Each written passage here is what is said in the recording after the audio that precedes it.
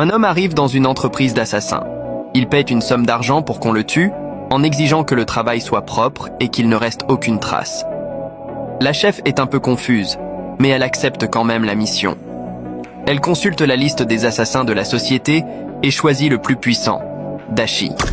C'est l'as de l'entreprise. Un seul tir lui suffit et la cible ne ressent aucune douleur. Dashi vient tout juste de terminer une mission lorsqu'il reçoit un message de la chef. Mais en voyant la photo de la cible, il refuse immédiatement le contrat. Car cette personne n'est pas n'importe qui, c'est Jack, l'assassin numéro 1 au monde. Ce que Dashi ne sait pas, c'est que celui qui veut tuer Jack, c'est Jack lui-même. Après avoir appris qu'il souffrait d'une maladie en phase terminale, Jack est allé voir son patron et lui a demandé d'envoyer quelqu'un pour le tuer. Après des décennies passées comme assassin, mourir de la main d'un autre assassin serait une fin digne. Ainsi, sa petite amie pourrait toucher l'argent de l'assurance. Le patron pense que c'est de la folie. Depuis longtemps, il considère Jack comme un membre de sa famille et ne peut pas accepter. N'ayant pas d'autre choix, Jack se rend dans une autre entreprise d'assassins. Cette fois, son souhait est enfin exaucé. Ce soir, à minuit, ce sera son heure de mourir.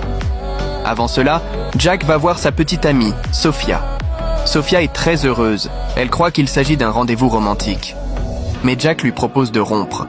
Après s'être éloigné d'elle avec cruauté, Jack rentre chez lui, ouvre toutes les serrures de la maison et attend la mort dans le salon. À ce moment-là, son médecin l'appelle. Le laboratoire a mélangé les résultats. Le malade en phase terminale, ce n'est pas lui. En entendant cela, Jack panique. Il se retourne et se rend compte qu'il ne reste plus que 4 minutes avant minuit. À ce moment-là, une équipe d'assassins descend déjà de sa voiture. Ils sont extrêmement cruels. Chaque fois qu'ils accomplissent une mission, ils laissent derrière eux un lieu rempli de cadavres. Ils se dirigent vers la maison de Jack. Le pire, c'est que Jack vient de se débarrasser de toutes ses armes. Comme la porte n'est pas fermée, les assassins entrent directement.